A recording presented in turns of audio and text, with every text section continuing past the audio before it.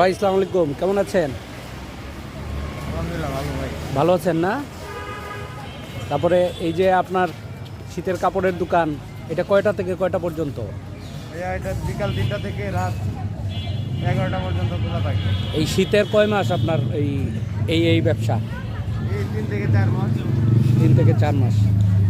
এটা এই এটা কি আপনাদের সাথে আর কোনো টিম আছে, না আপনারা কয়েকজন মিলে করেন?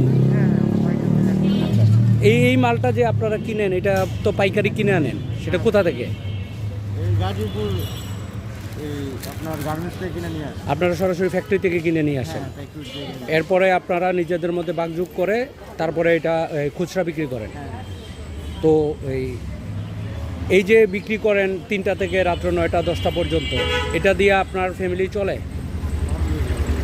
বাকি এই 3 মাসের পরে যে বাকি আরও 9 মাস আছে, এই বাকি 9 মাসটা আপনারা কি করেন? শীতের সিজনে মনে করবেন শীতের মাল বিক্রি করি, গরমের সিজনে গরমের মাল বিক্রি করি।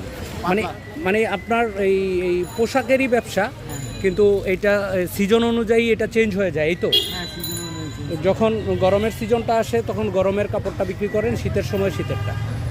তো এই ব্যবসা করে আপনি আপনার ফ্যামিলি বেয়ার করতে পারেন ঠিক মতো? হ্যাঁ মোটামুটি চলে আলহামদুলিল্লাহ। ভালোই চলে? আপনি হ্যাপি? ঠিক আছে ভাইয়া, থ্যাংক ইউ।